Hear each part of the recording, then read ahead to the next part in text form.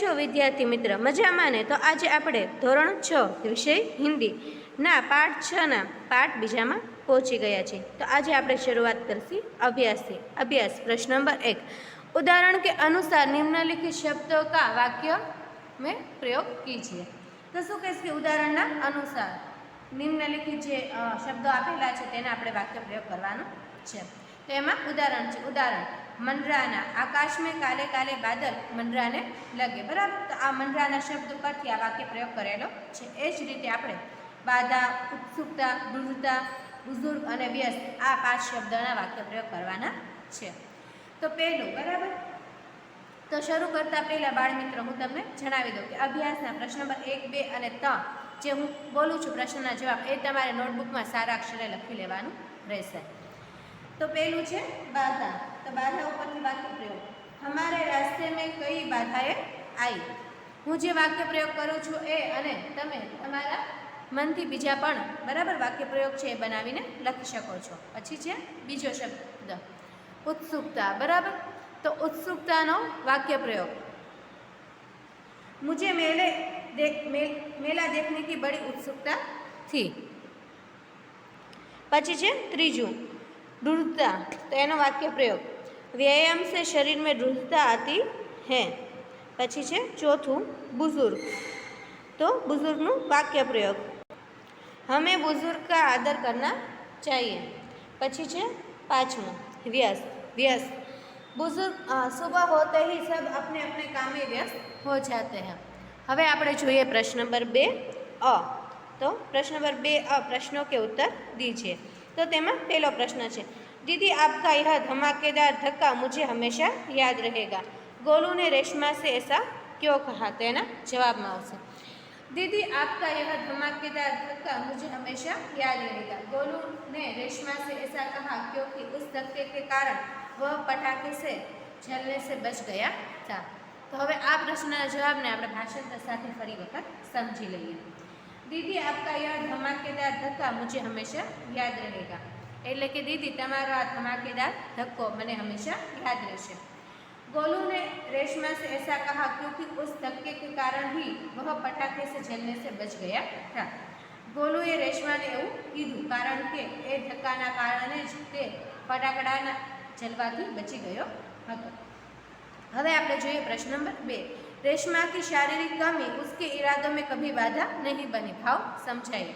तो शू कहीश कि रेशमानी शारीरिक कमी कोई दिवस एना इरादानी अंदर नड़तर बनी नहीं। आ जे प्रश्न है एनो आ जे वाक्य है एनो भाव समझावानो छे। तो आवशे जवाब, पोलियो के कारण रेशमा के दोनों पांव बेजान हो गए थे, लेकिन इस शारीरिक कमी से उसकी हिम्मत में कमी नहीं आई थी। वह हर काम पूरे आत्मविश्वास और लगन से करती थी। पोलियो से उसके पैर निकम्मे हो गए थे, पर उसका मन कमजोर नहीं हुआ था। तो हवे आ प्रश्नना जवाबने भाषण के साथ समझी लईए। पोलियो के कारण रेशमा के दोनों पांव बेजान हो गए थे। तो शू कहे पोलियोना कारण रेशमाना बंने पग छे बेजान थई गया था, लेकिन इस शारीरिक कमी से उसकी हिम्मत में कमी नहीं आई थी, परंतु आ शारीरिक कमी थी तेनी हिम्मत में कमी आई न हती।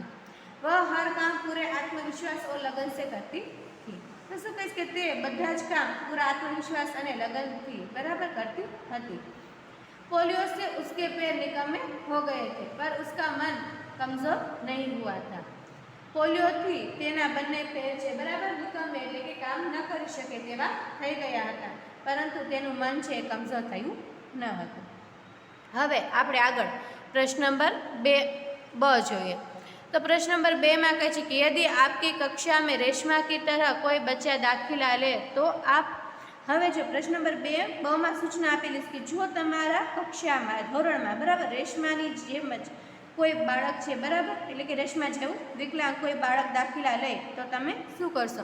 तो एनी अंदर 4 प्रश्न आपेला छे बराबर कि किन किन बातों का ध्यान रखेंगे, किस तरह उसकी सहायता करेंगे, विद्यालय में क्या परिवर्तन करना चाहेंगे, और चौथुं है बाकी बच्चों को क्या सलाह देंगे। तो जो रेशमा जेवुं कोई बाळक तमारा कक्षा एटले कि धोरण में एटले कि वर्ग में जो दाखिलो ले बराबर तो तमे आ 4 प्रश्नोना ए रीते विचारीने जवाब आपवाना छे। तो एनी अंदर प्रश्न नंबर 1 है, किन किन बातों का ध्यान रखेंगे। જો રેશમા જેવું કોઈ બાળક તમારા વર્ગની અંદર દાખલો લેશે તો તમે એની કઈ કઈ વાતોનું ધ્યાન રાખશો, બરાબર? તો એનો જવાબ, यदि हमारी कक्षा में रेशमा की तरह का कोई विकलांग बच्चा दाखिला ले तो मैं उसकी हंसी नहीं उड़ाऊंगा, मैं उसके प्रति पूरी हमदर्दी रखूंगा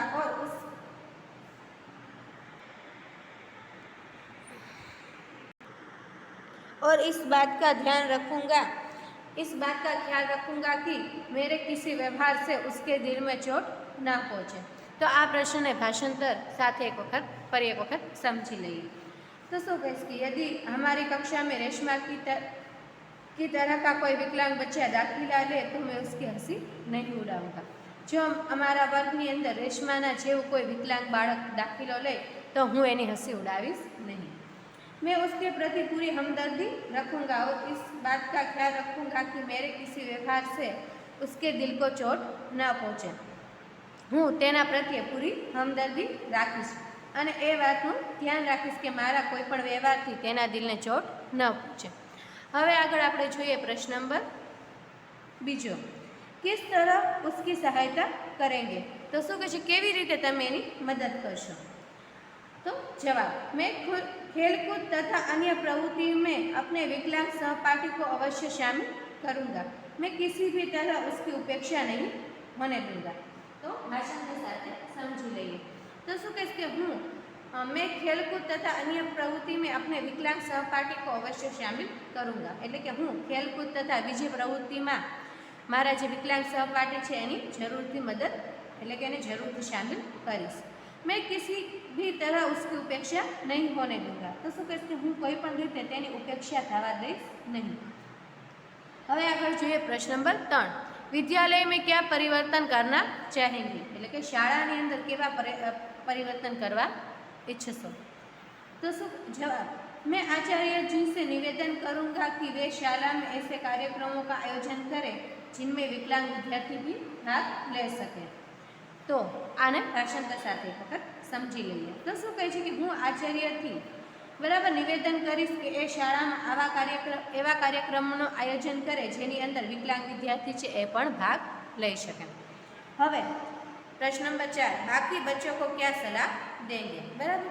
कि जो रेशमा जेवुं कोई बाळक तमारा वर्ग में आव्युं होय तो तमे बाकीना बाळको छे एने शुं सलाह आपशो?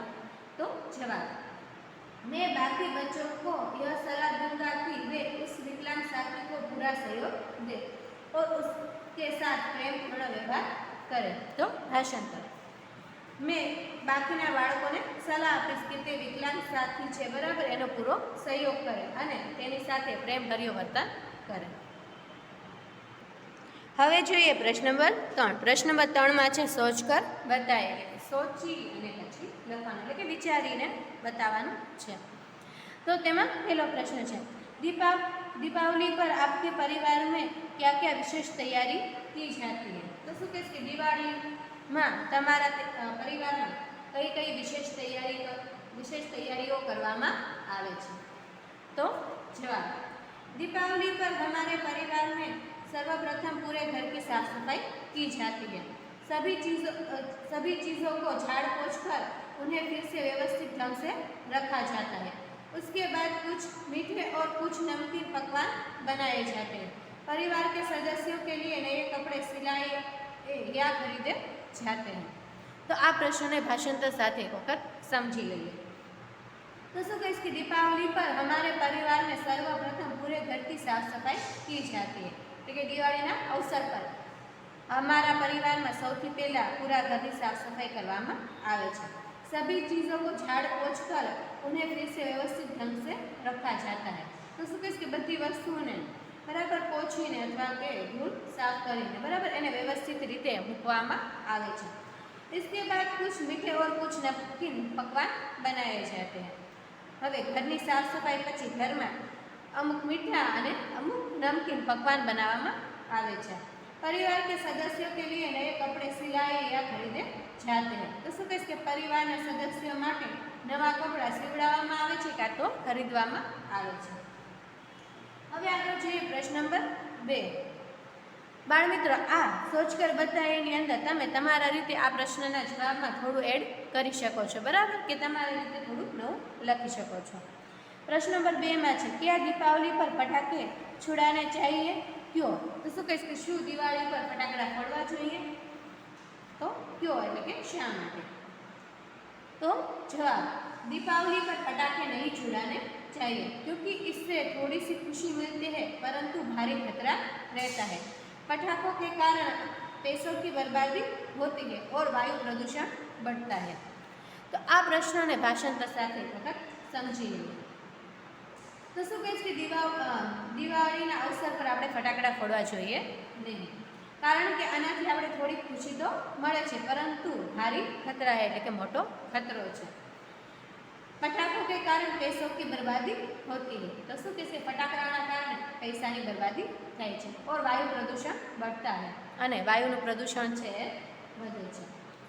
આગળ છે પ્રશ્ન નંબર 3, किसी ऐसी घटना का वर्णन कीजिए जब आपको किसी ने बचाया हो या आपने किसी की सहायता की हो. હવે આ પ્રશ્નની અંદર તમારે એવી ઘટનાનું વર્ણન કરવાનું છે કે જેની અંદર તમે કોકને બચાવ્યા હોય કાં તો કોકે તમારી મદદ કરી હોય. હવે હું એક પ્રશ્નનો જવાબ બોલું છું, તમે બરાબર કોઈની મદદ કરી હોય કાં તો કોઈએ તમારી મદદ કરી હોય એ ઘટના છે આ પ્રશ્નમાં લખી શકો છો. તો જવાબ, पिछले वर्ष में अपने मामा जी के गांव गया था. वहाँ नदी में नहाते नहाते मैं गहरे पानी में चला गया और डूबने लगा. तैरना न आने से मेरे प्राण संकट में थे. मेरे साथ नहाने के लिए आए लड़के ने यह देखा. वह तुरंत ही तैरकर मेरे पास आया और मुझे किनारे तक खींचकर ले गया. उसकी सूझबूझ और प्रयत्न से मैं उस दिन डूबने से बच गया. उस घटना को मैं कभी नहीं भूल सकता. तो आ प्रश्न ने एक वक्त भाषांतर साथे समझी लीजिए. तो शू कहीश कि पिछले वर्ष में अपने मामाजी के गाँव गया था એટલે કે પાછળના વર્ષે હું મારા મામાજીના ગામમાં ગયો હતો. वहाँ नदी में नहाते नहाते मैं गहरे पानी में चला गया और डूबने लगा. तो शू कहीश कि ત્યાં નદીમાં નહાતા નહાતા હું બહુ ઊંડા પાણીમાં જતો રહ્યો અને ડૂબવા લાગ્યો.